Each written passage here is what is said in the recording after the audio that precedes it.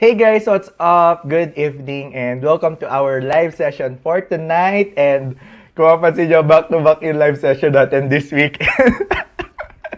Sabi nga nila, totoo yung kasabihan na kapag kabiglaan natutuloy, di ba? So, I'm very excited and thankful this weekend kasi sobrang fruitful ng mga discussions natin. Especially tonight na about career, about choosing our career paths. And yesterday, di ba, pinag-usapan natin about work from home, ano yung mga things na kailangan natin i-cope up or yung mga kailangan natin i-adjust. And right now, we will talk about pursuing our career. So, as you may know, hindi ako graduate ng multimedia design, hindi rin ako graduate ng any creative educational background. So, I graduated sa Letran as BS Accountancy. So, major in accounting ako.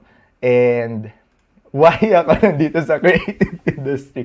Kumbaga, yun yung pag-uusapan natin, how I came up, or tama ba yung sabi ko, paano ako napunta dito sa ganitong larangan, and ano yung mga decision making or yung factors para na ginawa or pwedeng makatulong sa inyo if you're torn or if you're still undergrad and you're thinking ano ba yung career na pwede sa akin. So itong taong tutuloy.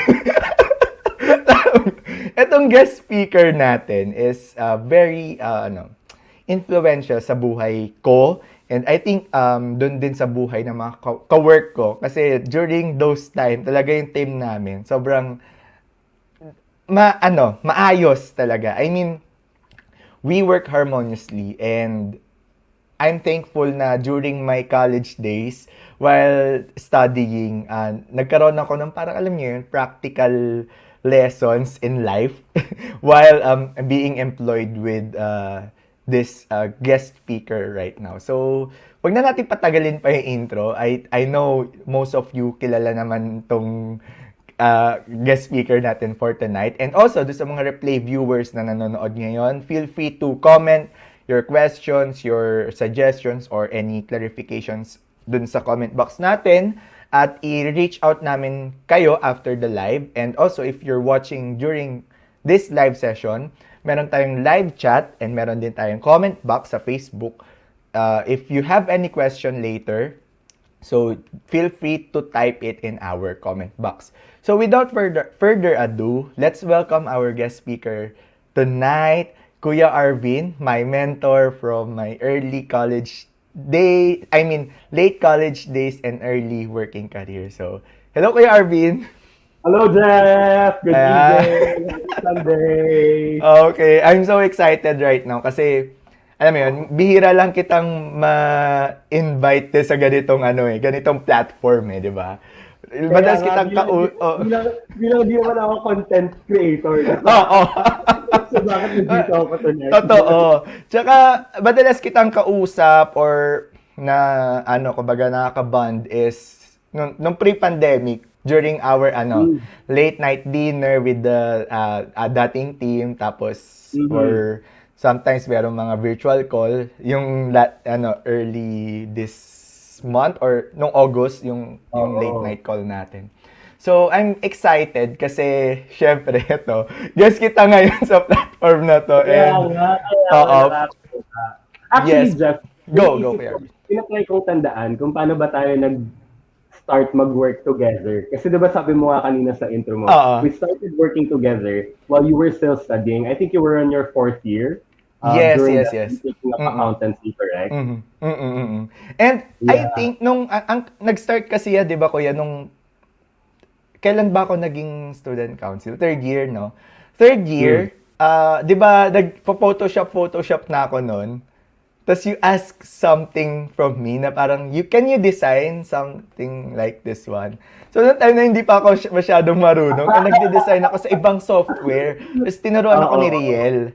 Si Riel talaga nagturo sa akin. Parang, student niya ako, technically. Protege ka na, parang gano'n. Oo, yun. Student niya ako. Kung nanonood si Riel ngayon, thank you, Riel, for teaching me Photoshop. The people who open doors for us. Oo. So, yan, kuya. I think doon.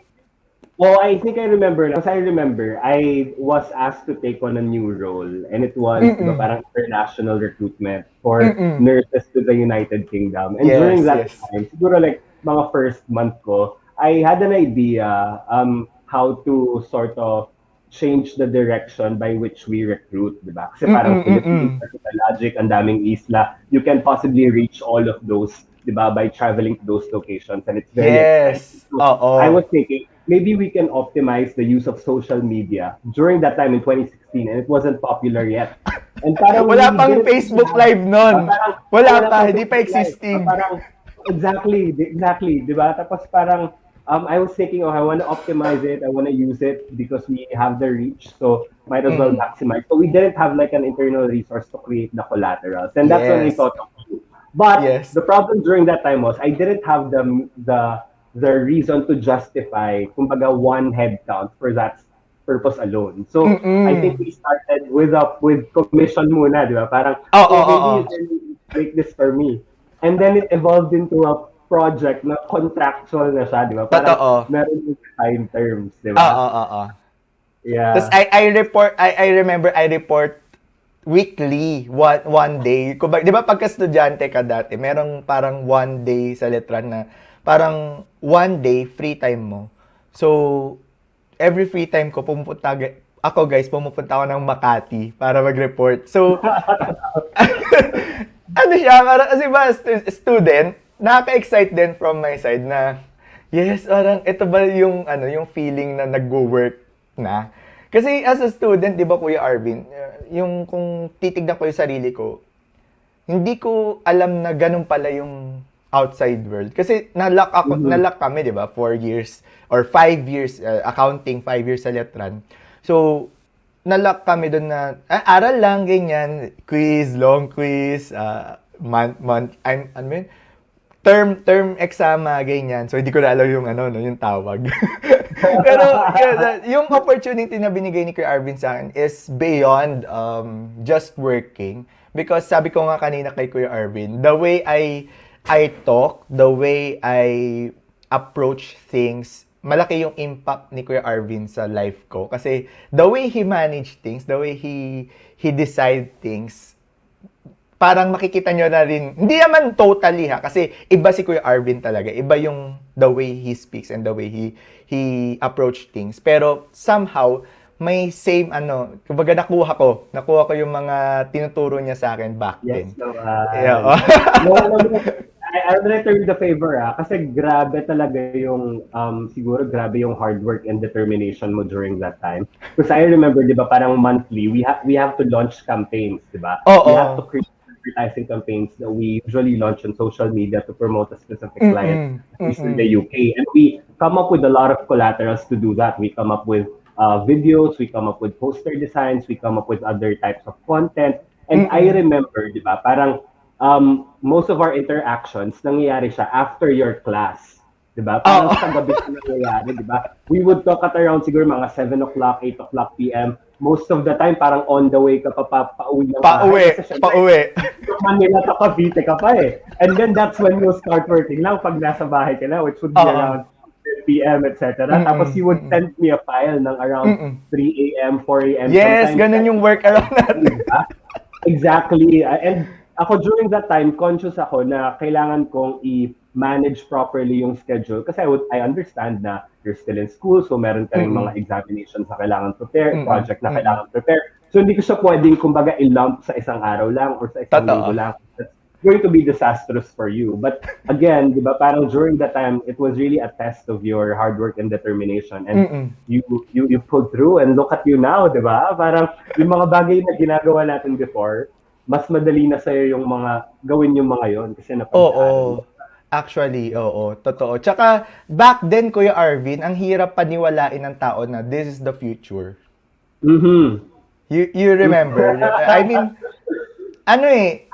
yun yung feeling na kapag you want to revolutionize things, Mhm. pero hindi pa siya nangyayari. Like Facebook Live, Mhm. 'di ba? We launched our first Facebook Live nung talagang first bagsak ni Facebook na 2016. may live. Oo. Exactly. May live 2016. feature. Totoo, So, di ba? Parang 2016, di ba? Parang nung una we started, there was just a it was just a phone, and then we were just broadcasting using that. Alam mo yun, wala pa tayong equipment. And then we decided, wait, let's do this, diba? Parang we have an audience, people are watching, they're responding to it. So maybe we're doing things right, diba? Parang kahit na on my end, it was difficult to justify and it was difficult to defend kasi diba parang the way things were done before, especially in the company that we work for, entirely different. Diba? Parang you have to travel, go to those locations, meet people, talk to them face to face. And then we thought we had to shift because diba parang the interaction that we have, diba, apart from expensive, very short-lived, diba? Parang you can only speak with them in 5-10 minutes. After that, what research do they have to look into if they need to review it or they need to, diba, parang go over it once again, which basically is provided by the kind of strategy that we use during that time, diba? We produce the content there, diba? They can just consume it anytime they want. So, yeah, diba? Everyone's doing it. Totoo. Yung cost-benefit ratio, di ba? I mean, last time, nung before we launch this kind of campaigns dun sa office, parang, di ba, ang taas nung cost nga, na parang, yun nga, tama yung sabi mo, kuya, na punta ka doon, tas konti lang yung traffic, tas yung reach din, konti lang. Unlike ngayon, same expense, pero yung reach, engagement, and yung turnover, mas malaki. So, wala lang, nakakatuwa lang kapag i-reminisce yung ganun. Diba, fun times. Ang dami namin ginawa together, pinuntahan together, diba? Cebu, went to Baguio. Lahat, guys, just so you know, lahat ng mga first time ko, madalas kasama ko si Kuya Arvin. Like, yung first time ko sumakay ng eroplano, kasama ko si Kuya Arvin nun. Tapos hindi ko na sinasabi na kinakabahan ako kasi first time ko sumakay ng airplane. Pero talagang nakakatawa. Tapos first time ko pumunta ng Baguio. Tapos first time ko kumain ng steak. So, yung mga ganun. Like, lang, small things pero may big impact. So, that's the reason why we have our live stream right now. I mean, live session. And we will talk about career and how we can approach things in terms of our career. So may pinost akong story kanina para sa mga questions. So mamaya sasagutin natin 'yan. And also if you have any questions right now while you're watching about career path, about ano yung mga decision making na kailangan yung gawin about career, so feel free to comment it in our comment box so we can answer it later on. So, Kuya Arvin, first of all, thank you for guesting here in our live session. And I know this content will be parang valuable sa lahat ng nanonood, miski sa akin. Kasi sana maging valuable sa kanila. Oo.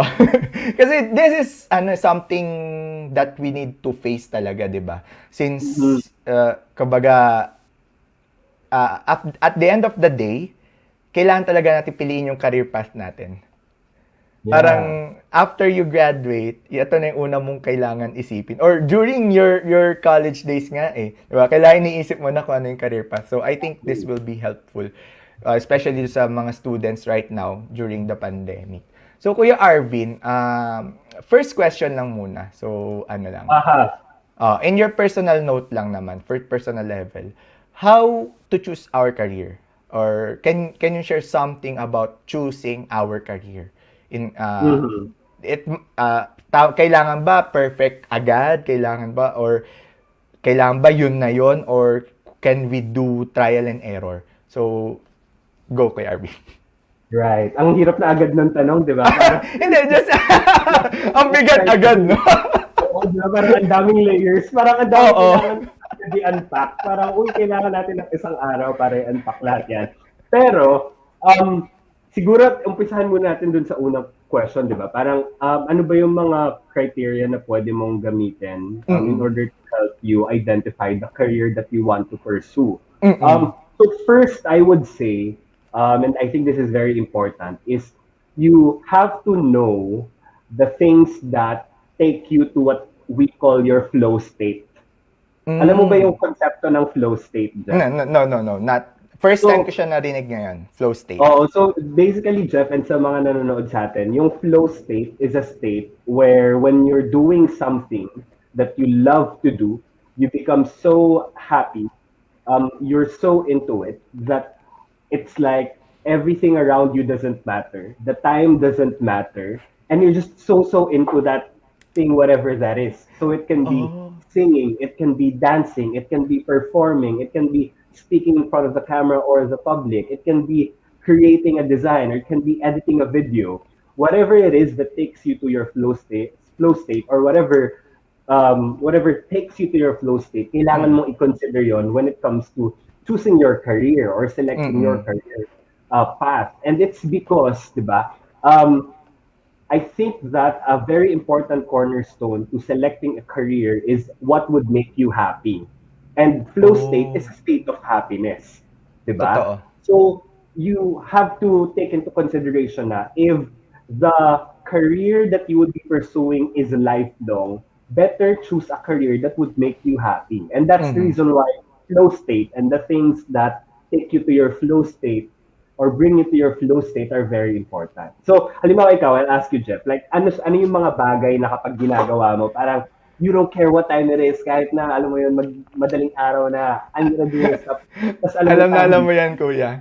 Designing. I mean, hindi ko, aside from, guys, you know na I do photography and videography, no? But, most of all, kapag nagde-design ako, like logo, poster, or animation, hindi ko namamalayan yung oras. As in, nandun ako sa, yun, yung sinasabi ni Kuya Arvin na flow state, or paano ko ba siya i-re-reword? Parang in the zone, Kuya. In the zone ako, na parang, ito lang yung gagawin ko. So, I think yun yung yun yung flow state ko, yung designing. Kaya, kung mapapansin mo, di ba, Kuya, nung nag-work tayo last time, kapag ka in the zone ako, hindi mo ako makakausap eh. Kahit may sabihin ka, kahit sabihin mong malakas yung volume mo na, yung sumisigaw ka na, kapag ka nasa in the zone ka kasi, ewan ko kung ano nangyayari, pero you cannot hear anything. Basta nandun ka. So, I think deciding... You're in your element. Oo. You're in your element. Kumbaga, like yung analogy niyan sa anime, parang nagiging super saiyan ka. Oo. Parang... super saiyan ka bigla. Parang ganyan. Totoo. So yun, very important yun. Kailangan laging i-take into consideration yung mga bagay na dinadala ka dun sa flow state mo. Kasi important yung pagiging masaya sa pag-pursue ng isang career. Kasi it's life, no? So I think yun yung pinakauna. Para eventually, kapag nandun ka na sa career na yun, di ba? Parang every now and then, you feel moments of happiness, di ba? Of bliss, what you're doing. And you don't lose interest over the things that you do or over your career. Di ba? Parang yung career, hindi lang naman siya parang smooth sailing ride. Totoo. Madaming mga detours, madaming mga stumbling blocks, madaming obstacles, up and madaming downs. challenges. Diba? So at the end of the day, it's those moments of happiness that will, kumbaga, allow you to hurdle all of these obstacles. Diba? So very, very important yan. Pangalawa naman na sa tingin ko, very important na i-consider sa pagpili ng career is yung skills or yung skill set. Diba? So, syempre, kapag nag-build ka ng career, di ba, parang it's a profession, it requires certain skills or skill sets. So, dapat as an individual, kailangan meron kang awareness na saan ba ako magaling? Di ba? Saan ba natutuwa yung mga tao sa akin pag ginagawa ko, di ba? Ito ba yung pagkanta ko? Ang pagsayaw ko? Pag-arte ba to? Di ba? Pagsusulat ba to? Or pag-perform ba to sa harap ng camera as either the radio as a host, for example, or pag-DJ ko ba? So, kailangan mong alamin yung mga skill set mo. Because the skill sets need to be aligned with your career, di ba? Parang kailangan aligned sila. Importante yon kasi in your career, you would see na initially meron kang skill set and then eventually mag-expand yung skill set mo for you to be able to kumbaga, climb the ladder and for you to be able to also handle different types of projects and iba-ibang complexity ng project. So, ang career building kasi, inherent dyan yung pag-build ng skills mo, pag-expand ng skill sets mo. Very, very important yun. So, dapat alam mo na ka magaling. So, di ba parang important yung may awareness ka, pero you also have to get the feedback of other people. You ask other people about it. Parang, sa tingin mo saan ako magaling? di ba? Okay, Parang, you ask. ano mga bagay yung mga ginagawa ko na natutuwa ka, na confident ka na ma-ace ko siya, na you can Mm-mm. rely on me doing that specific thing and hindi ka kakabahan because you know that I'll ace it. Very, Mm-mm. very important yun. Kasi, syempre as individual, meron tayong mga blind sides, di ba? Parang, Totoo. sometimes, hindi natin na-recognize dahil normal na lang sa atin yun, na parang, uy, ang galing-galing ko, na magaling pala tayo dun sa aspeto na yun. Totoo. And it Totoo. takes other people making us aware of it for us to recognize the fact na, oh, I'm good at that pala. Diba? Oo. So, very important yung pangalawa na yon, yung skills or yung skill set mo. Totoo. Ayun. So, Tapos, go, yeah. Kuya Arvin. Tapos, since na-identify mo na, di ba, parang kung ano yung skills mo, that's when you can select or identify what job you're going to do. For example, if it's the corporate world that you want to explore, di ba? Or for example, on the other end, if it's entrepreneurship, you start a business. Pero Mm-mm. at the end of the day, ang career kasi, it's either a job that allows you to sort of build a profession over a long period of time, or it can Mm-mm. be a number of jobs that help you build that specific profession that you want to specialize in over a period of time. So the Mm-mm. jobs that you would be taking would contribute to you building your career. So Okay. important, yeah. Mhm. Wow. Alam mo, Kuya Arvin, nung time na nakilala kita up until now, same pa rin. I mean, your words of encouragement, the way you approach things nga, katulad ng sinabi ko kanina, is different talaga. You have this calling to mentor others. So, I hope na yung mga nanonood sa atin ngayon, you're picking up something at one or two from this live session. So, if you have any question, repeat ko lang, if may questions kayo, comment it in our comment box kasi malaking tulong yan sa inyo sa life natin lahat na matutunan natin yung mga bagay-bagay in terms of career. So, to wrap it up do sa question natin kanina, Kuya Arvin. So, ito yung summary, no? So, first you need to know your flow state. So, kung saan yung in the zone ka, yung gusto mo, yung you're passionate about. So, yun, yung kung saan yung passion mo. Then next is grow the skill set. So may tanong ako, Kuya Arvin.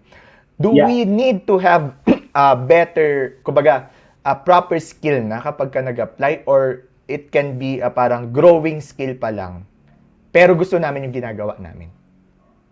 Yeah, so it can be the case, no, na hindi ka pa, kumbaga in terms of proficiency, hindi ka pa yung expert, di ba? Okay. Nandun ka pa lang sa specialist level. Parang, Okay. I've done this for a number of times. I've encountered experiences related to it, but I can still improve it. That's okay. That's acceptable. As long as you show also, kumbaga, parang the willingness to be able to enhance that skill further. Especially yung willingness to learn. Your interest. Exactly, di ba? Kumbaga, halimbawa, if I were the person interviewing you for the job, I would feel more comfortable and I would be siguro more confident in you if I know that you're very interested in that thing that you're doing and in that skill that you have, because that means that naturally you would, kumbaga, gravitate towards honing that skill. Di ba? Parang hindi na kailangan pagpilitan na, gawin mo yan, etc. Di ba? Parang no prodding needed, di ba? Especially in the world right now where, di ba, parang virtual, so, you don't really get to interact with people. Supervision is more minimal compared to before. You would really want people who organically and naturally want to do those specific things or want to enhance those specific skills. So, definitely, goods yun. Hindi mo kailangan maging expert level ka na parang, I can do this, I can do that. Diba? Parang if you can do that, great, diba? Pero dun sa mga hindi pa sila ganun ka-confident na sobrang galing ko na, ganyan. Huwag yung panghinaan ng loob. Kasi a big part of working is actually learning it in the workplace, diba? Because the workplace is an opportunity for you to learn. An opportunity for you to earn experiences and also in fact, kumbaga, hone your skills through them. Tama. And I think, sir tuloy. I think, Kuya Arvin, di ba, bumabalik yung pagiging employer. 2017 days pa. I mean, I think yung pinaka-importante dito yung flow state, yung una mong sinabi talaga, no? As long as happy ka and you're enjoying on what you're doing, you'll give your 101% eh. Parang even though no one is looking. Yun yung natutunan ko din sir, yung about integrity. Because we've done at other seminars with you, Kuya, like the leadership training for Alyansa, ganyan, for student council. So, I think yung integrity, ma-develop din kapag you know your flow state. Parang, you know your craft, you don't want your craft to be parang mabahidan ng something. Exactly. So you will do it the right way, you will give your 101%. So I think that's very helpful. You have so many things to lose, diba? If you lose your integrity and credibility over the work that you do. Kaya ang organically, diba, what you're going to do is to really make sure that you get the job done. And then you get the job done, diba? Parang the best way possible. Yes. Then after you identify your flow state, after you hone or you know your skill set, then that's the time you can select and identify companies or type of jobs na gusto mong kunin or type of career na gusto mong tahakin, di ba, no? Naawin natin sobrang dugo ng job hunting, di ba? Lalo na if it's your first time. Parang ang dami-daming kumpanya sa mundo. Pero parang nadadwarf din yung mundo mo. Kasi pag nag-check ka ng mga, halimbawa, mga job posts, tapos makikita mo doon, parang kailangan ng 1-year experience. Parang doesn't make sense to someone who just, finish college. Kasi parang, totoo the reason why I wanna work for a company because I need to earn experience. Tapos, you want me to have 1-year experience. Diba? How reasonable does that sound? So, yun. So, ano talaga, very important na in job hunting, diba? Parang may guidance ng mga people who are already in the industry, diba? Parang you need to have conversations with people who are working for companies or for organizations holding different functions because they're going to be, kumbaga, your support system in terms of expanding your network and expanding the opportunities that you can potentially tap and select from when choosing, for example, yung magiging first job mo. So, very important yan. Na hindi mo siya pagdaanan na nag-iisa lang. Kaya, like, halimbawa ako, like, kapag mga graduation season na ng mga, ng mga Alyansa kids, ganyan. Grabe rin yung mga nag-message sa akin, Kuya Arv, check naman ang CV, ganyan. Kuya Arv, baka naman meron ka mga alam ng mga companies dyan, ganyan. And I love doing that for people. And, di ba, parang look at where you guys are now, di ba? Parang super happy, di ba? and I'm proud to say that you're one of my mentors, Kuya Arvin. Yun yung kumbaga, something na hindi ko pagkakaila na I've learned something or I learned to someone like Arvin Ramos. Para ganun. Parang ako lang din yan. I learned a lot from you. Grabe ka. Di ba? Ibang level yung hard work. Bulahan na to. Di ba? I'm to return the favor. Pero hindi, totoo yan. Di ba? Parang pagpagod na ako, parang I have no right to complain. Di ba? Parang itong tao nga to. Parang hindi pa ata ito natutulog. Di ba? Di ba? Parang disclaimer lang, hindi naman natin ini-encourage or sinasabi na yung norm. Di ba? Na parang kung kailangan mo trabaho, over 24 hours ng isang araw. Diba? Parang, but there are moments in your career where you would really have to somehow stretch further because you're in the process or in the season of trying to, halimbawa, hone your skill, trying to prove yourself, trying to generate the results that you want and you need, and also building your track record because those things are very important so that you can negotiate for better things for you for your future, diba? Better compensation, better position, better treatment from other people, di ba? Your image and credibility, those are very, very important. So, sometimes, kahit na, alam mo yun, na nag-stretch ka ng 1-2 hours of work or, you really put all the hard work and the efforts, they pay off, di ba? Sometimes, hindi ka agad-agad na parang next week na or next month na. But they pay off, di ba? And doon pumapasok yung recognition na importante yung konsepto ng delayed gratification. That you don't always get the outcome or the result nung mga ginagawa mo instantly, di ba? Yes. Sometimes, actually most of the time, it takes time. Diba? Totoo.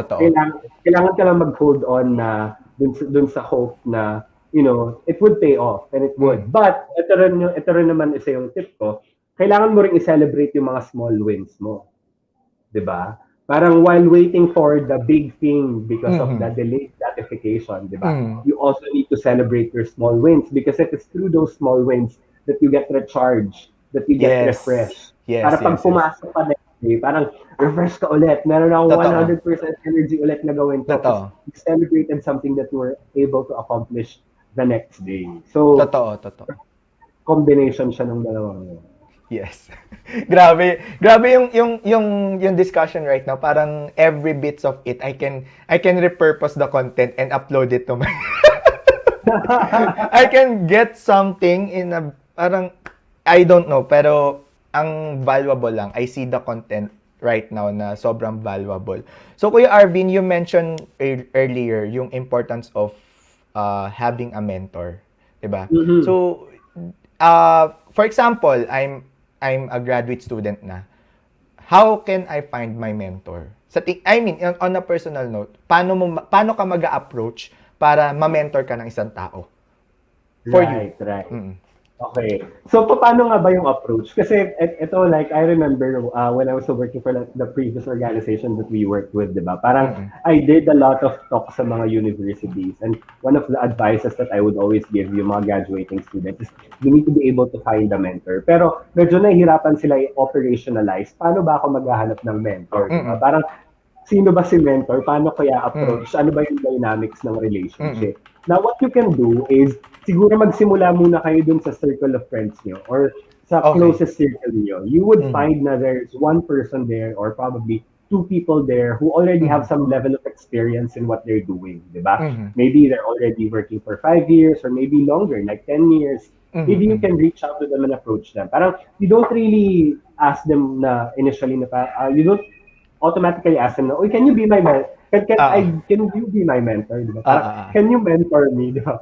For 1 year, unlimited calls and unlimited advice from you. Diba? Hindi ganon. You can start by asking very simple questions first. Diba? Yes. Parang, how is it to work in a company? What does it take to succeed in an organization? What are the usual metrics of performance? And then, ask hypothetical questions. What type of people would they want to hire, etc., etc. And it's through that you're able to build a relationship. Diba? I think that's how mentoring starts naman. You start with conversations, you build trust, and then from there, diba, parang you build some sense of reliability and dependability on certain things. So that's it. And then kapag nandun ka na sa workplace, syempre automatically ang magiging unang mentor mo talaga is yung immediate supervisor mo or yung boss mo. And this is something that kahit na sa mga middle managers na or managers are very important. Your relationship with your immediate supervisor is a key to your success in the organization. Yes. Diba? That relationship is very, very critical. So you need to make sure that you have that level of relationship with your immediate supervisor. Because that person, especially when you're starting, is going to help you navigate yung complexities ng organization. That person should be able to help you, kumbaga, simplify the job for you. And then, yes. Be able to give you tips and advices how to simplify it. And also warn you of certain things that you might fall into, di ba? Yung mga certain traps sa mga companies na hindi mo pa alam kapag nagsisimula ka pala. So, very, very important here. So, speaking, Kuya, since napag-usapan na natin yung mentoring, no? So, kasi, di ba, let's say, nakahanap ka na ng mentor. But, you yourself, hindi mo alam yung sarili mo, like self-awareness and how teachable are you. So, my next question is, how important is self-awareness in career? Ako, very important yung self-awareness, di ba? Because kumbaga, your self-awareness will basically affect your performance in the workplace. Because your self-awareness, kumbaga, parang it's an awareness of your entirety as an individual, di ba? Parang your worldview, your values, your strengths, your weaknesses. So if you are really aware of those things, or if you have low awareness on those things, it's difficult to be intentional, di ba? When we say intentional, you understand who you are, you understand your strengths, you understand your weaknesses. So with that understanding, you're able to focus your energy on the things that you're good at. So you do and do and do all of those things. And at the same time, you work on improving areas that The you're not weaknesses. really too good at, diba? Yung mga weaknesses mo or mga opportunities mo for growth. So, if you have that level of awareness and you're able to do both, diba? Honing your strengths while working on your weaknesses, diba? You're able to perform better in an organization. You're able to Yes. produce results, and then once you're able to produce results, you're also able to, kumbaga, build your track record. And very important yun, di ba? Pagdating sa organization. Na Yes. yung pag-produce mo ng results, hindi lang sa one time na beginner's luck, di ba? Totoo, Hindi sa ganun totoo. na. Di ba? Parang Oo. it's a product of consistency born out of your awareness of what you can provide in the organization at what you need to work on. So, important siya sa pagiging intentional para mas mag-perform ka better sa work. Kaya ako natanong yun, Kuya Arvin. I don't know if you still remember the case, no? So, back then, kasi guys, just to give you a parang backgrounder, quick backstory. So, back then, talagang natuto na ako mag-design, ganyan. And the danger in learning something new is that you overestimate yourself. Na parang, yes, kaya ko to. Kasi, all the things na maririnig mo around you is, ang ganda, ganyan, ang galing, ang galing, diba? So, you tend to overestimate yourself and you tend to ano ba, paano ko ba sabihin? You tend to not listen to other constructive criticism na. Kasi, you are parang being bombarded with, ang galing, nice, ganyan. So, kaya ako natanong yung self-awareness kasi, back then, malaking factor yung na-tap ako ni Kuya Arvin about my subconscious arrogance. I don't know if you still remember that, Kuya Arvin, that scenario. But right now, I still remember that situation na you address my subconscious arrogance. Na I tend to boast, pero hindi ko alam na nagbo-boast ako. So, in that way, parang na-realize ko na yung simple subconscious arrogance ko pala might lead to me not being teachable. So, I really do appreciate your tapping those time na Jeff, you know you have this subconscious arrogance, and that's the reason why I corrected it myself. Yung sinabi mo kanina, Kuya, yung you know your strength, you know your weaknesses. It might parang help you din. Hindi might it will help you along the way. Yeah. So I definitely agree dun sa self-awareness talaga in career. Nung sinabi mo nga na you can improve di ba? You can improve kapag alam mo yung sarili mo. And you tend to not improve kapag hindi mo alam yung sarili mo. Kasi you don't know where to improve. So I do appreciate yung mga mentor na ganyan na yung sinasabi mo sa akin yung mga weaknesses, yung mga do's and don'ts, yung mga Kasi yung pride, very dangerous yung pride when you're building a career, because this is my experience. Go, Kuya. Pride stifles your ability to listen. Again, pride, especially kapag masyado mong enjoy mo yung pride mo, ang galing ko, ganyan. And hearing all these praises and alam mo yun, parang compliments from different people. The tendency is nagiging selective yung listening mo dun sa mga accomplishments, mga praises, and dun sa mga compliments. And then, yung medyo criticism na against dun sa mga gusto mo pakinggan, hindi mo na siya pinapakinggan. And merong tendency na maging remorseful ka towards people who give yung criticism na yon. Diba?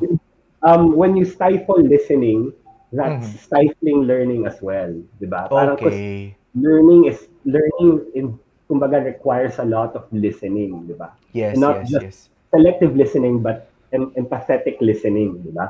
Parang you need to be able to hear feedback from others. Because as much as we create for ourselves, we create for various or multiple stakeholders, di ba? Parang hindi naman lang para sa atin yung kine-create natin ng mga bagay-bagay.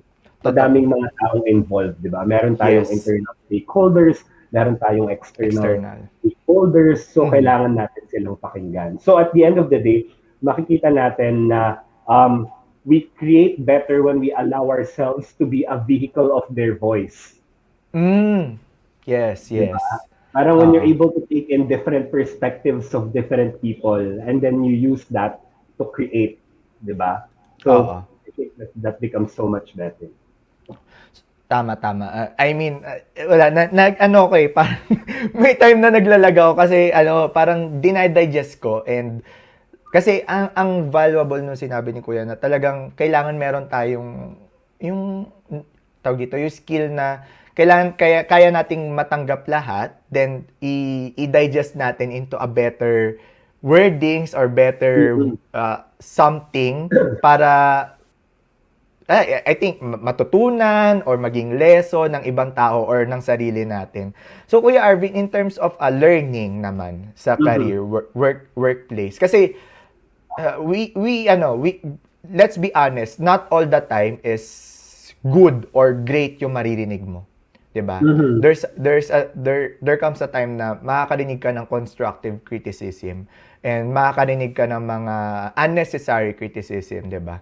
So, how can you handle those things? Wait lang guys. So, commercial lang tayo at naglag ata si Kuya Arvin. So, let's wait for Kuya Arvin. So, while waiting for Kuya Arvin, so, don't forget guys to comment your questions about career, about workplace, about something, about decision making in terms of career sa comment section or sa live chat natin sa YouTube. So, masasagot natin yan later on. So, let's try to reach out Kuya Arvin in a while. So, while reaching out, I'll go with the shoutout phase muna. So, let's try to shout out first. So, sabi dito ni Gino, Arvin Ramos is an epitome of self-awareness, emotional intelligence, and competency empowerment. Therefore, a leader. Yes, I definitely agree. Sabi dito ni Trisha, pride will take you nowhere. Sabi rin ni Gino, self-awareness is a trait of a leader next to emotional intelligence. Yes, I do agree kasi kapag ka self-aware ka kung ano yung, sabi nga ni Kuya Arvin kanina, kung ano yung strength, ano yung weaknesses mo sa sarili mo, you know how to handle yourself and you know yourself at least kung saan ka mag-i-improve, ano yung mga dapat mong i-improve, ano yung mga dapat mong i-focus yung energy, sabi nga ni Kuya Arvin kanina. So at least, kasi 'di ba kapag ka ayan, nandiyan na si Kuya Arvin sa backstage pero I'll finish first. So kapag ka alam mo yung sarili mo, alam mo kung saan mo i-focus yung energy mo. Kasi sabi nga 'di ba, kapag ka as long as nagde-develop ka, nag-evolve ka, maraming opportunity and threats na dadating sa buhay mo. And self-awareness will help you to filter out kung ano yung best for you and yung not best for you. Especially sa content creation, share ko lang sa career ng content creation. Everything, everywhere you can create channel, create TikTok account, or create something about this content. So, you can be everywhere.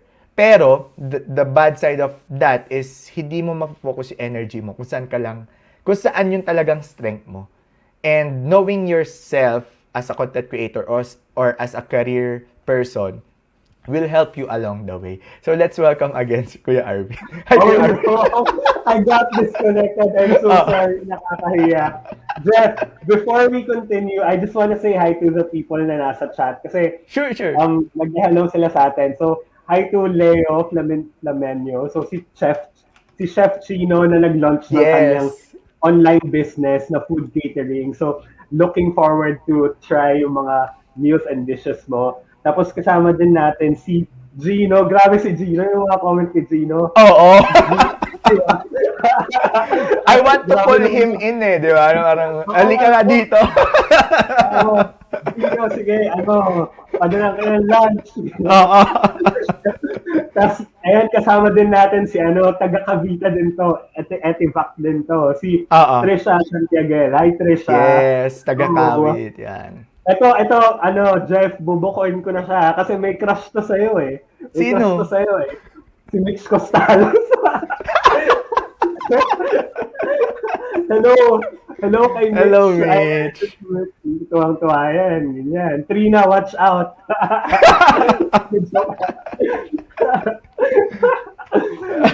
Nag-comment Kasama siya. din natin, sabi niya, hoy. Kasama din natin yung syempre yung guest mo kagabi na nag-inspire Oo. sa akin. Message ko na, guest mo naman ako sa show mo. si Mira. May tanong siya. Oo. Sagutin natin mamaya. Okay. So, meron din kuya si Ma'am Nikki. Oh, hello po, Ma'am. Yes, oh my gosh. Oo. Yan. Cheska, grabe yung mga workout videos ni Cheska. Stay healthy, stay fit, Cheska. Sayang hindi tayo nagkita sa Boracay when we were both there. Pero looking forward to working. Nandun ba siya ngayon up until now? Sa Boracay? No, I think she's in Parañaque already. Pero Okay. nung July, bago nag-BCQ, medyo may days na nagkasabay kami sa Boracay. Pero pauwi na rin. Okay. Na rin ako ng Manila nun, kaya hindi kami nakapagkita. Although magkatabi lang yung property na pinag-stayan namin. So, Okay, so yan. And going back kuya sa topic natin, I mean, yun nga, in-explain ko kanina kasi yung sinabi mo yung sa self-awareness, sinamarize ko lang. And yun, kaya ko nasabi yun guys, at tanong kay Kuya Arvin, kasi gusto ko rin i-share sa inyo na yun nga, natap ako ni Kuya Arvin na sa mentor nga rin na that time, yung kinorek niya yung pagiging, subconscious arrogance. Yung subconscious arrogance ko, and that really helped me to open up myself. Tumasik yung to open up myself. Buti na lang may extra dito. To open up myself to open up myself to learn on learning something new in life. So I really think Kuya Arvin with that. Kasi right now, yun siya sabi ni Kuya na digest kung ano yung mga sinasabi, then tsaka mo siya ilalabas sa bibig mo or sa sarili mo or pag ninilay-nilayan mo. Nakuha ko sa kanya yan kasi ang ganda lang kasi not all the time, 'di ba Kuya, good yung matatanggap mo. I think doon tayo naputol kanina, no? Yung how you will handle yung good criticism, yung mga bad criticism in a workplace. I think like ako, 'di ba, parang deliberately sa team natin during that time, I made sure na communication lines are open, na we always have a feedback system, 'di ba? Like every time we review our content, everyone is included, 'di ba? Parang it's not just me saying na, oh, I don't like this, oh, I want this. Diba? Parang madami pang mga involved, diba? Parang Diane is involved. Hi, Diane. Gino is involved, diba? Yes. Ellie is involved. And actually, lahat ng members ng organization nagiging involved at some point pag nakita na nila na publish. So I think that's very important na you get used to hearing those types of voices. Especially kapag yung ginagawa mo is makaka-apekto sa organization in terms of what the organization wants to, di ba, kumbaga meet and wants to achieve. Yes. Tama. Wala lang. Natutuwa lang ako na I've guested Kuya Arvin in this live session. I think magkakaroon ng part 2 kasi dami niyong tanong, guys. Buti yung nag-enjoy siya, di ba? Nag-enjoy siya. I mean, this is one of, sabi ko nga kay Mira, yung guest ko ay Mira kahapon, one of my engaging live session after I took a break. So this live session ulit, sobrang engaging, given na magkasunod back to back. So thank you guys, thank you for tuning in right now. And thank you Kuya Arvin for guesting. Tanong lang kayo, sagutin namin. Oo. Hindi pa kami mag-e-end So sabi dito ni Mira Kuya, on YouTube, siya. Sabi niya, what are your thoughts on shifting careers?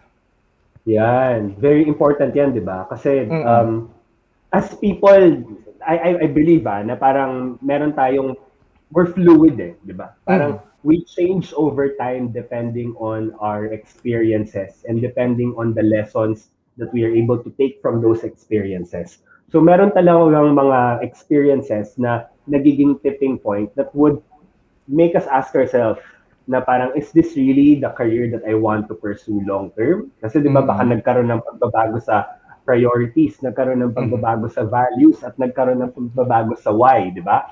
If nagbago na yung mga ganun mo, yung why mo, yung priorities mo, yung values mo, then by all means, you can shift careers. But you have to do it as strategic as possible. Yes, Kasi yes. kapag nag-shift ng careers, merong mga specific trade-offs di ba? Parang Okay. somehow, di ba, parang karamihan ng mga nag-shift ng careers, medyo kailangan nilang bumaba ng one rank or kailangan nilang mag-pay cut or may mga kailangan silang i-sacrifice for them to be able to start again, di ba?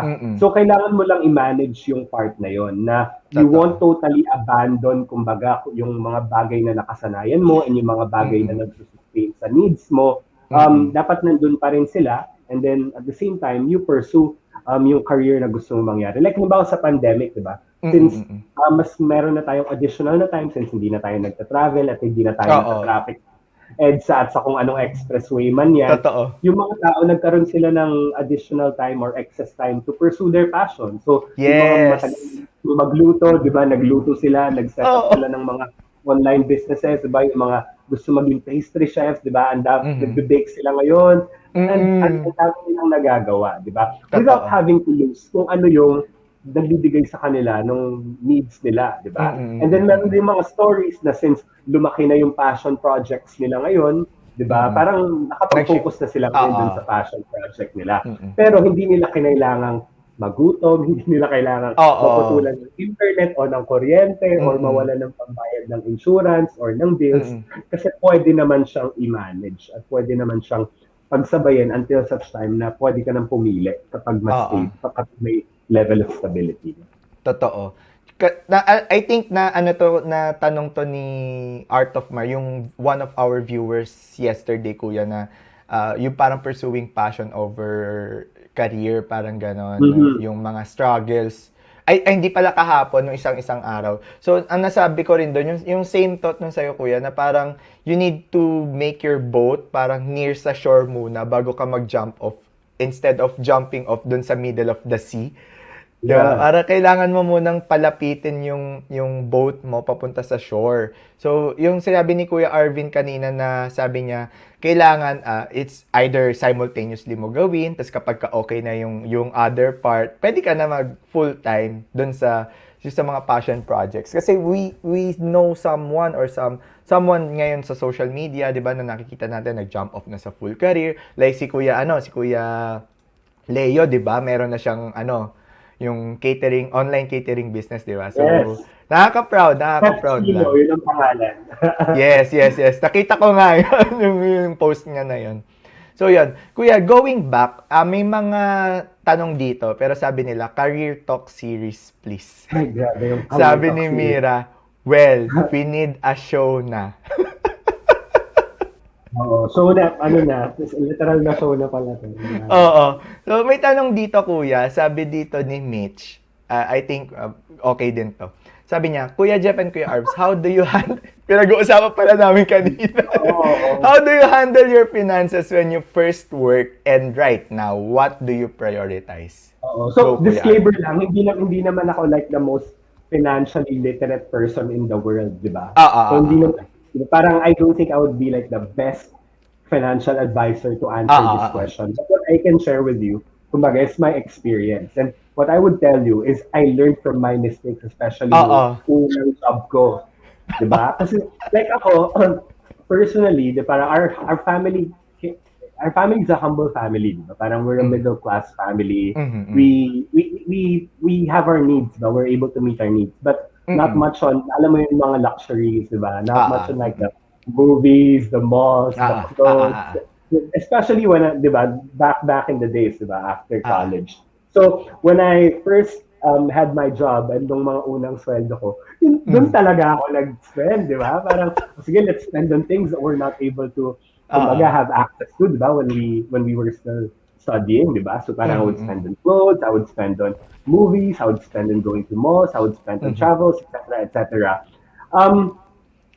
I won't really say that that's a bad thing because like for me that sustained me and parang that made me happy and that made me motivated and excited to go to work on a daily basis. So, parang, nagkaroon ka ng flow state. Di ba parang I'm in a flow state every time I'm inside the mall in the retail store. Well, galit si Mira makastak. Buying, for example, or grabbing a piece of clothes or whatever. But yun yung nagpapasaya sa akin during that time. Until such time na syempre mas naging mature na ako and wise when it comes to my finances, di ba? So, yun na yung time na you have to build some protections for yourself and for the future. So you invest on things like insurances, di ba? Parang you build your savings account. And then that's when you try to learn also how you grow your money, di ba? That's when you try to learn more about investments and what sort of investments you can make based on halimbawa your time, based on your finances, and of course based on your risk appetite. knowledge, di ba? Parang and risk appetite as well. Pero at the end of the day, parang you cannot invest on something that you do not fully understand. That's why you have to make sure that you know all of those things. So you will reach a point where you would need to build all these securities, and then you would need to also invest on kumbaga on certain things to grow your money, di ba? Not only for your present but also for your future. But at the end of the day, I feel like kanya-kanya yan eh. Iba-iba kasi tayo ng experiences, iba-iba rin tayo ng financial kumbaga standings, iba-iba tayo ng priorities, di ba? Like halimbawa ako, I'm a single person, wala naman akong dependent, so gets parang iba-iba yun. Iba yung pumasok sa single person. Di ba? Parang, I mean, single and not married, di ba? So, pero, di ba, parang, what I'm trying to say is, if you're, halimbawa, married, and you have, like, dependents, meaning you have a wife and you have kids, magiging iba rin yung manage mo. Iba yung manage. Finances mo. But for a fresh grad like Mitch, di ba? Parang, yes, you enjoy the fruits of your labor, and then you try to be more wise eventually. Yeah. Totoo. For me naman, yung first sweldo, alam to ni Kuya Arvin eh. Oh, no. Yung first sweldo, kasi as you know, nung time na college days, wala akong camera, wala din akong laptop nung time na yun. Talagang nangihiram lang ako guys ng camera to shoot and ng laptop from my dad to edit yung mga kailangan. Or nakiki-edit ako sa Dalans. Nakiki-edit ako sa dalan. So, ganon. So, how did I spend my first salary is, I asked Kuya Arvin if, Kuya Arvin, maglalast ba ako for 12 months? Yun yung tanong ko. Kasi, nasa isip ko na nun, I want to acquire my own laptop. So, that's how I splurge my paycheck nung time na yon. But take consideration then I'm studying that time and wala akong masyadong responsibilities. So I was able to cut my paycheck in parang half para lang makabili ng laptop for editing. So yun that's how I spend my I remember the first time you brought your MacBook Pro sa office and you were like, that's it, way to go, good job, diba? That MacBook Pro was an investment for you, and I'm sure that it returned the investment 10 times, 20 times already. Actually, after so much use, so diba, that's a wise thing to do. I hope I was wiser. But still, I don't regret like buying all those clothes. Totoo. Pinag-usapan nga namin ni Kuya Arvin na those things, yung clothing, yung perfume, somehow it's a factor to boost your confidence. The way you boost your productivity, the way you boost how you speak publicly or even sa virtual, yung talagang simpleng naka-dress up ka lang and you're promoting your fashion on cam. Exactly. Nakaka-boost ng confidence eh. So I don't think Kuya it's a component of your professional brand, diba? Parang and this is very important when it comes to career, diba? There are so many people in the same industry as you guys will be, or in the same industry as you guys are now if you're already working. There's probably like millions of them, like in the Philippines, ilan bang labor force participation rate, ang taas-taas, parang, I'm not sure about the figures, but ang dami, diba? So parang the question is, what will make you unique? What will make you stand out? What will make you be chosen over all these people who might have the same, kumbaga, skill sets as you are? That's where your professional brand comes into play, and that's where, your look, diba? Parang also plays a significant part, diba? Parang the way you dress, the way you present yourself, the way you communicate, di ba? At yung pinag-uusapan natin kanina, like pre-pandemic, yung mga Yes. time na kailangan mo pang mag-dress up because, you're going to a meeting and you want to, convince a partner to sign the partnership agreement. Di ba parang that suit plus that scent of perfume, di ba? Parang it gives you a layer of confidence na you will walk out of the conference room with a signed agreement and an added partner in your list of partners to help you get the job done. And somehow nakakamiss din yun sa pandemic kasi parang ang hirap mag-suit. Di ba? Totoo. Paano ako mag-suit, di ba? But yes, it's very, very important. Tsaka ako rin, hirap ako mag-suit, kuya, kasi yung suit ko hindi na cash. So, yeah. Remember like in our previous office, meron tayong weighing scale. We compete we compete every now and then yung pag bumababa ng basement, di ba? Diba? Chine-check natin, road to 100 ka na. Road to 80 ka na. Ay, naku, nakakamiss. So, Kuya Arvin, may question dito si Gino. So, sabi niya, questions, criticism. What to do when it becomes subjective and not objective anymore? Okay. I feel like if it's an attack on the person, then it's no longer objective.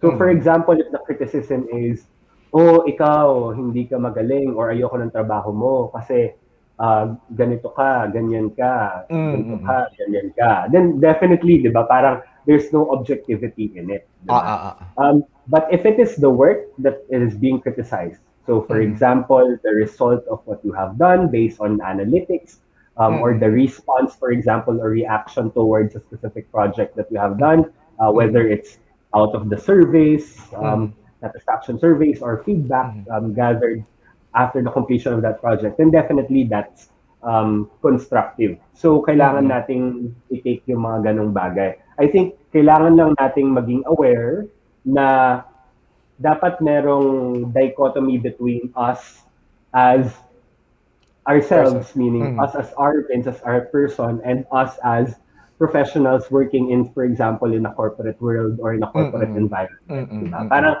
a criticism on your work is not a criticism on you as an individual. I believe like all of us were multifaceted individuals, diba? Outside work, we are sons and daughters, we're brothers and sisters, we're boyfriends and girlfriends, or husbands and wives, and so much more. So, I think in terms of handling criticism, stretch ko na lang yung question ni Gino, is kailangan may dichotomy. Para hindi mo siya dinadala sa bahay na hindi ako makakatulog kasi meron akong feedback, di ba? Or criticism yung na-receive. Parang yung usapan namin ni Mira kahapon, yung proper separation, you need to have that mindset, yung separation between your work and you as yourself, since nasa work from home, di ba? You need to have that parang silver line, or I mean, thin line between, ito yung work ko, tas ito ako pagka out of work. Parang ganan. Totoo. Exactly, totoo. Kasi di ba parang, of course, parang work contributes to who we are as an individual, but it doesn't define our entirety. Because we do a lot of things outside work then that also contribute to our personhood, di ba? So very important yun. Pero yes, kasi before, I just wanna touch on that topic. Before kasi yung kumbaga yung line nakikreate ng space, di ba? Parang when you're home, you're no longer at work, so you become Arvin, not Arvin working for a specific company, di ba? Pero ngayon kasi, since all of us are working from home, medyo blurry na yung space as a definition of, di ba, parang work and home. Kasi di ba, parang, kumbaga di ba, parang after mong mag-log out, di ba, still the same space. This is where I had that meeting. This is where I had that discussion and conversation. So, di ba, parang how do I dichotomize? Di ba? How do I create the line? Di ba? So, I think when it comes to that, that's when you really impose very clear guidelines on yourself, boundaries on yourself. Na, di ba? If it's not space, edi make it time. Di ba? Ang time ko lang for work, 9 to 5. Di ba? Or 9 to 6. Or 10 to 7. After that, I'm gonna do the things that make me happy, di ba? Or, you know, parang may boundaries tayo. And it applies to all hindi lang sa career. I mean, sa buhay natin na we need to impose sometimes ng boundaries kasi people tend to overboard, yung cross the line.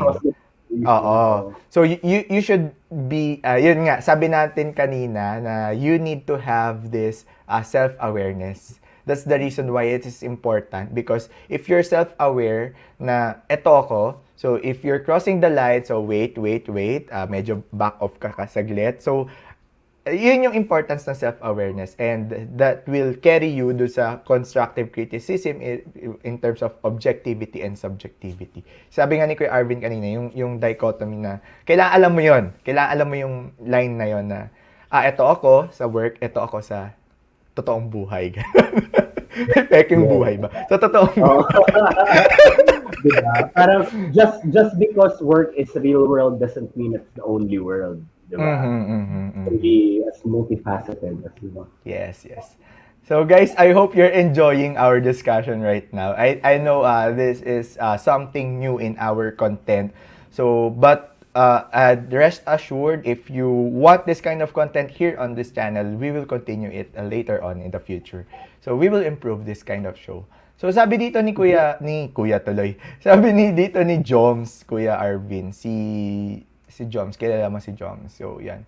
Sabi niya, should you continue working in an institution or company that you are not happy anymore? Okay. So, ang kailangan mong tanong practicality is, kuya, and practicality for me ang kailangan mong unang tanungin is what is causing the unhappiness? Diba? Parang is it the relationship with your peers and colleagues? Is it because you don't like the job anymore, you're no longer getting the satisfaction? I feel like before you leave, you have to address the root cause of the unhappiness.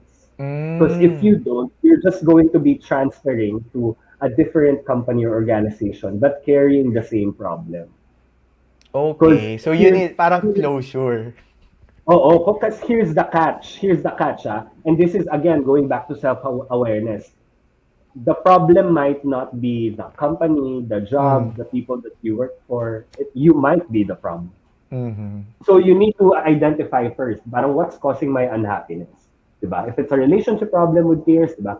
Fix that. Diba? If it's irreconcilable, at least you made an effort, then it's time to transfer. If it's the job, make a conversation with your bosses. Diba? Open the communication line. Kasi ang mga Pilipino, diba, mapagkimkim yan lalo na kapag negative feelings.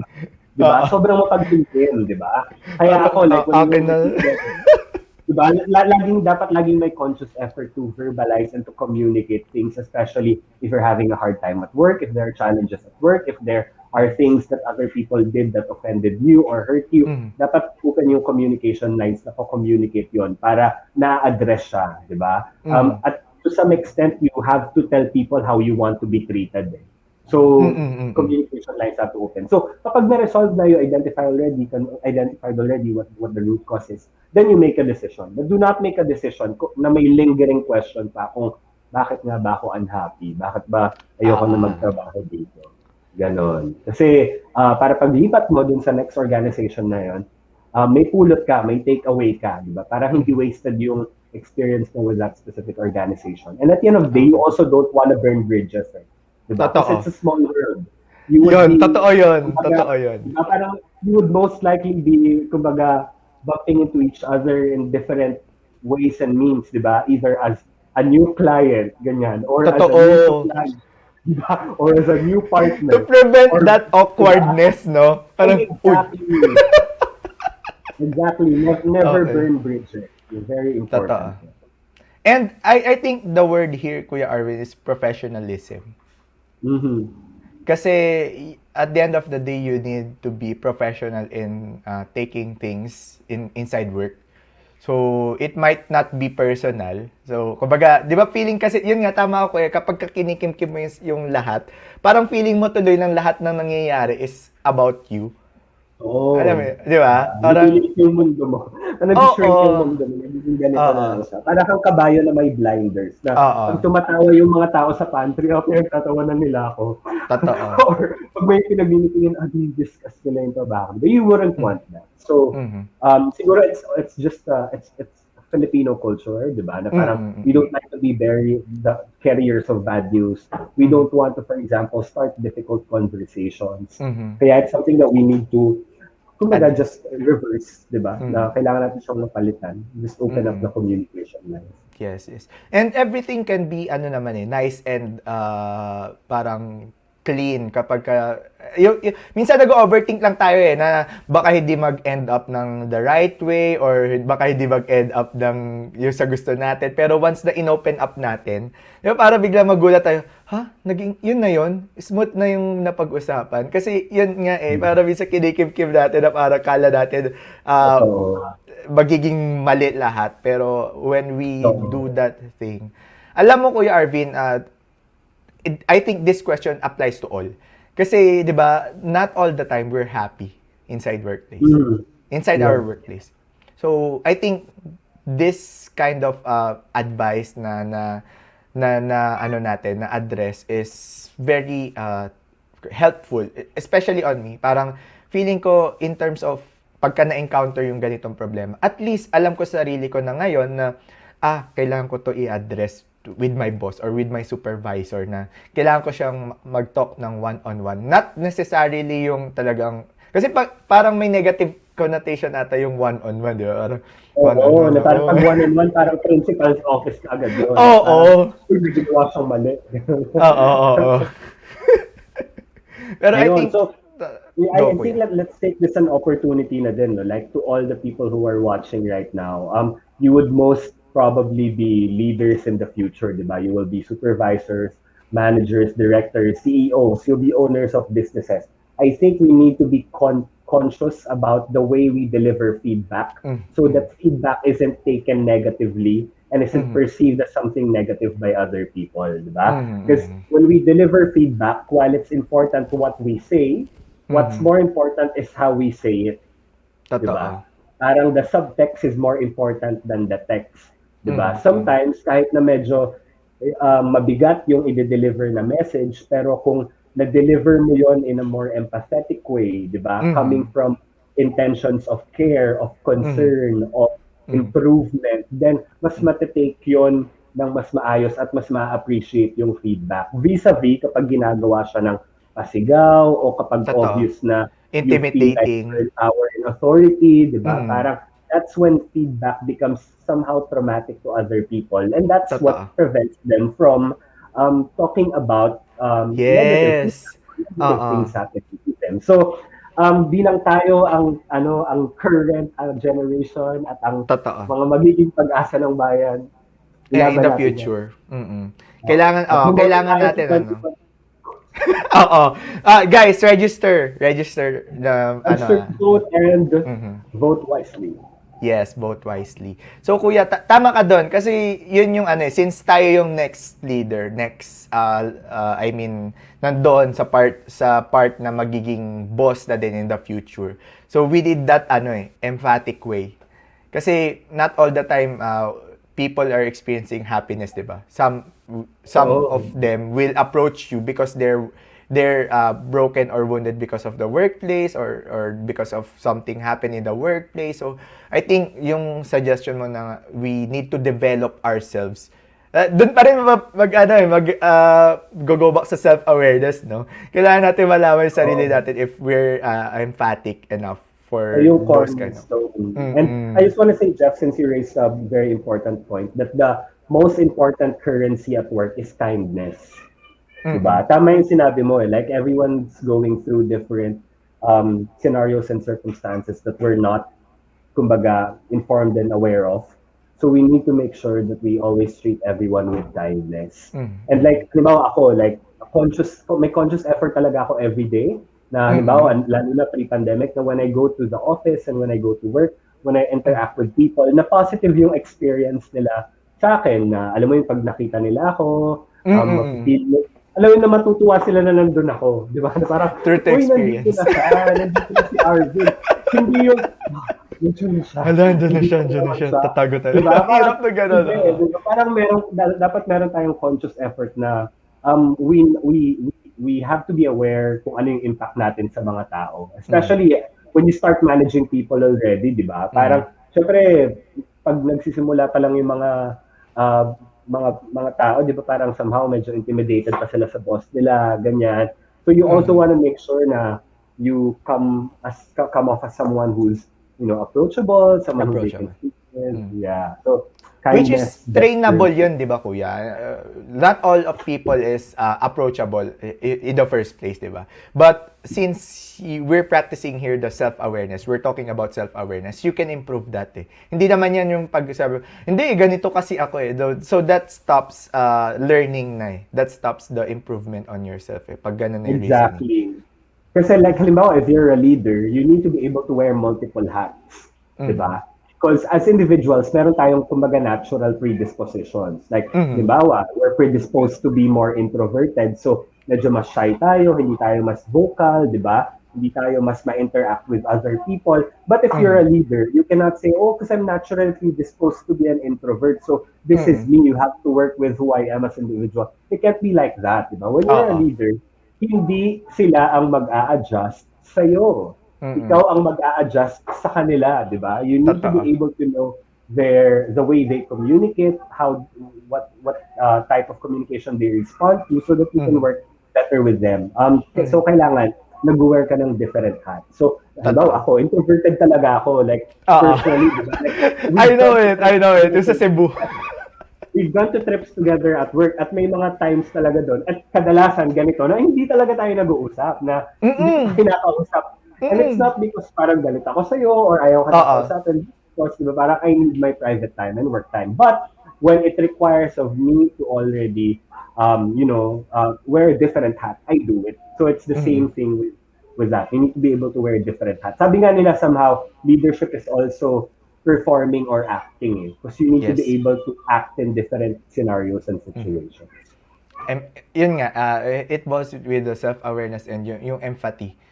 Because yun, if may empathy ka sa sarili mo, you'll understand wearing those different hats. Na okay, I need to be this kind of person and this person kasi he's or she is going through in this kind of situation, ganyan. So I definitely agree with Kuya Arvin.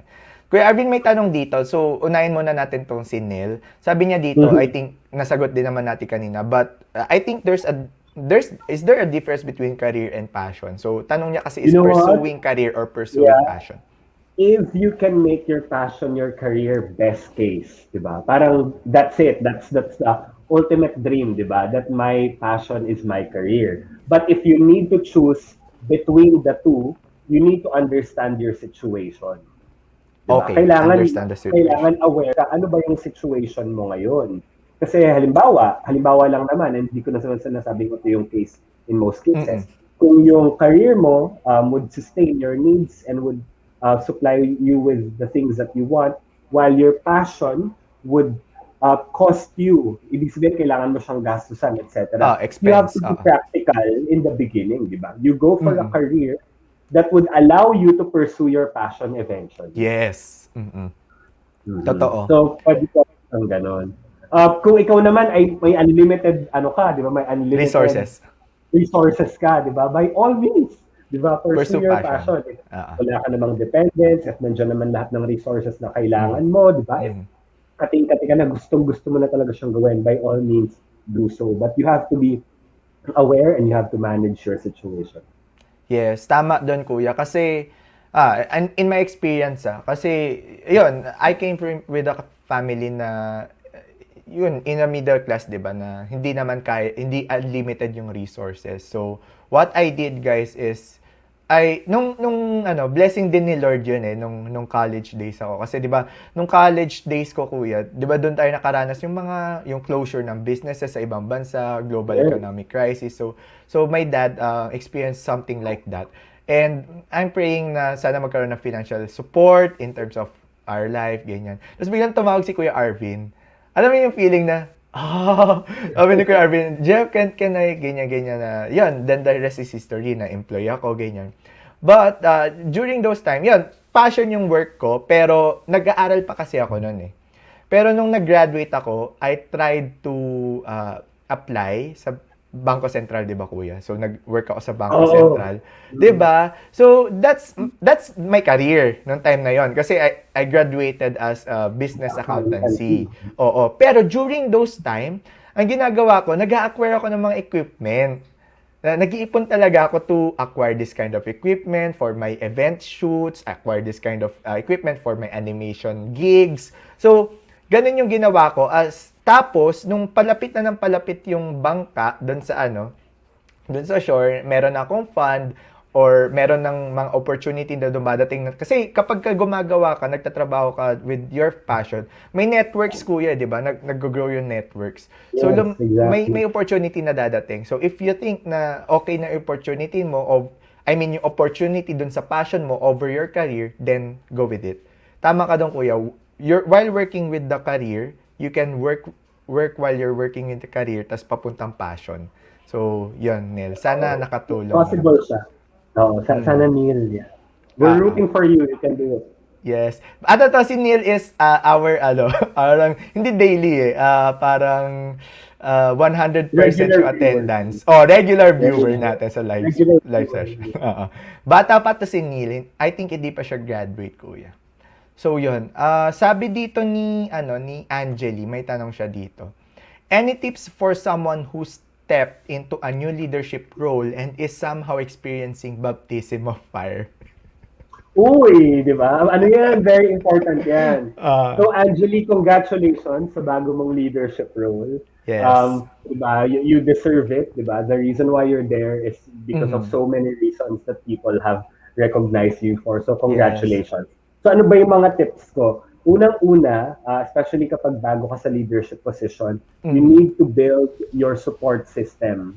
Now, your support system is going to be composed of people within the organization and outside the organization. Okay. So kung bagong supervisor ka, manager ka, hindi pwedeng you're the most divisive and polarizing person in the management team, di ba? Ibig sabihin, hindi pwedeng aawayin mo na lahat ng mga tao. Di ba? Okay. Ang una mo kailangan gawin is to be able to build your support system, mostly supervisors, managers, or members of the management team who will help you learn the ropes of becoming, say, a team manager or a team supervisor. Diba? Kasi kailangan mo yung wisdom nila and experience nila so that you have an understanding of what it takes to succeed in the role, especially since they're already there and they've already experienced it. So that's the first one. The second one is, of course, yung support system mo outside the organization. Because when you're in a leadership role, it's a role of generosity. It's an act of generosity, diba? Being a leader in the organization means you will be prioritizing others over yourself. And that's the reason why when you go home, you need people to fill the tank that you empty when you give it away to other people. So, you need halimbawa your family, alam mo yun, yung mga small acts na pagluluto ka nilang paborito mong ulam, ganyan. They'll make sure that the room and the bed is clean, ganyan. Or your friends that they would ask you every now and then, how are you? Do you need support? Or in your case, your boyfriend. Yes. Who's watching right now? Who's watching right now? Nanonood ngayon. So, very important yon yung support system na yon. And then kapag meron ka na ng support system na yon, then that's when you can allow yourself to learn how you can be effective in that role. Kasi whatever happens during the learning process, you have people who will either catch you, assuming you fall, or who would continue cheering and boosting and elevating you while you're doing it. Both internally in the organization and also when you're outside the organization. Para wherever you are, diba? Parang ano ka lang, okay ka lang, masaya ka, diba? Parang you're setting yourself up for success. So, yun ang tips ko sa'yo. Yung first grabe. parang yung mga tips ni Kuya Arvin, it might not be applied today, pero it might apply in the next run, or in the future. So, guys, please kindly take note of those things na sinabi ni Kuya Arvin. So, Angeli, ganyan. Oh, okay. So based on yun yung maganda, yun yung mga hindi nababayaran, sabi nga nila sa seminars, sa webinars, na yung learning from your mentor, because those things na sinasabi ng mentor mo is based on their personal experience, and kumbaga true to their experience yung word na yun, yung true to their experience. So yun, I hope, Angeli, we've answered your question. So, Kuya Arvin, I know nag-extend tayo ng konti. I think dapat 1 hour to. Mag 1.5 na tayo. So, meron lang akong last question dito. Kasi nagtanong ako sa story kanina kung ano ba yung mga gusto nilang malaman or something na itanong dito sa session na to. So, may nagtanong kasi sa akin doon. Sabi ni Nicole Angelo Baez, which is schoolmate ko nung high school. Sabi niya, abroad or PH? Ako kung tatanungin mo kasi ako kasi I love the Philippines. I love being around my family and my friends. So I would always choose to stay here in the Philippines, especially if the opportunities that I want are here. Diba? But syempre, iba-iba naman tayo ng situation, iba-iba tayo ng mga pangarap sa buhay, iba-iba tayo ng mga preferences.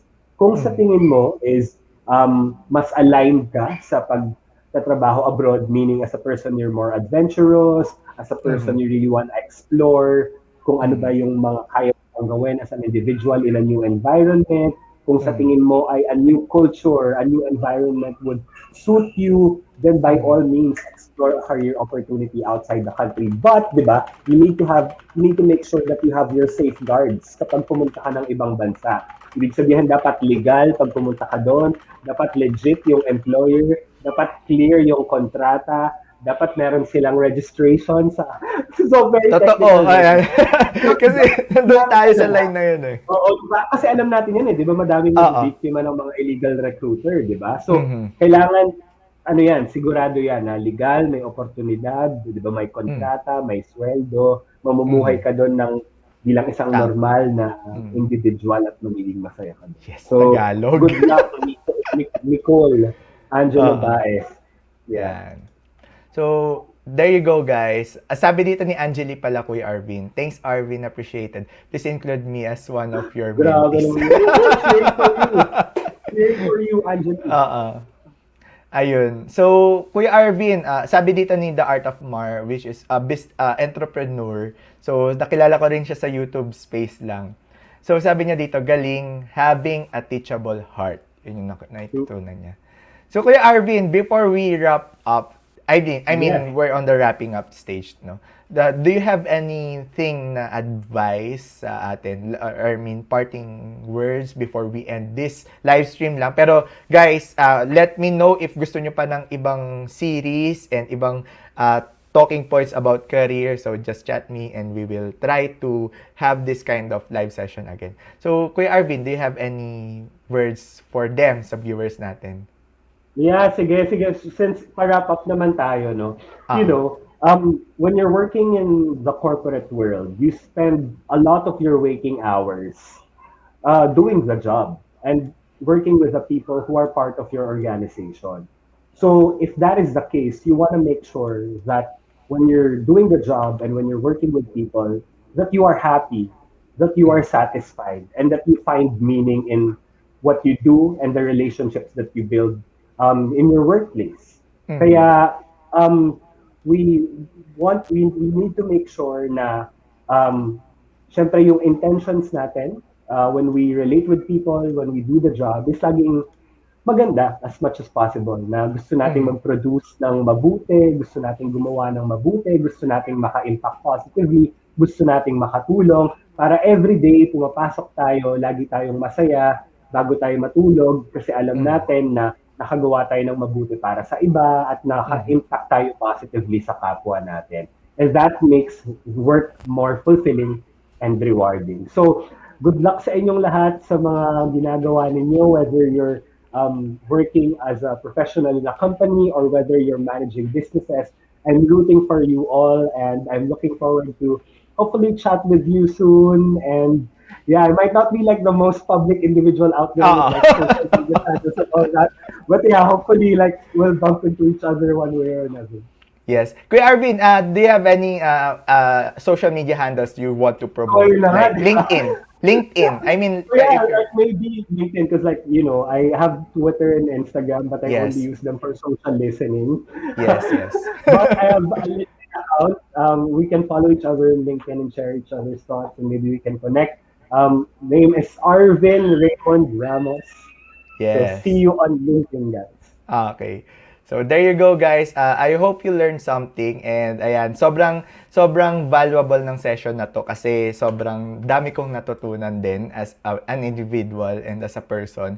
And definitely si Kuya Arvin, since day one ng working ko and ng late days ng college, siya yung naging mentor ko talaga in terms of leadership, in terms of career, in terms of business. So, malaking impact yung na gawa niya sa buhay ko. With that, talking about impact, I want to end this live stream quoting Chris Do of the Future. Sabi niya dito doon sa conversation niya with Sean Cannell of Think Media. Sabi niya dito, try to have sabi kasi ni Sean Cannell, backstory lang, ano daw yung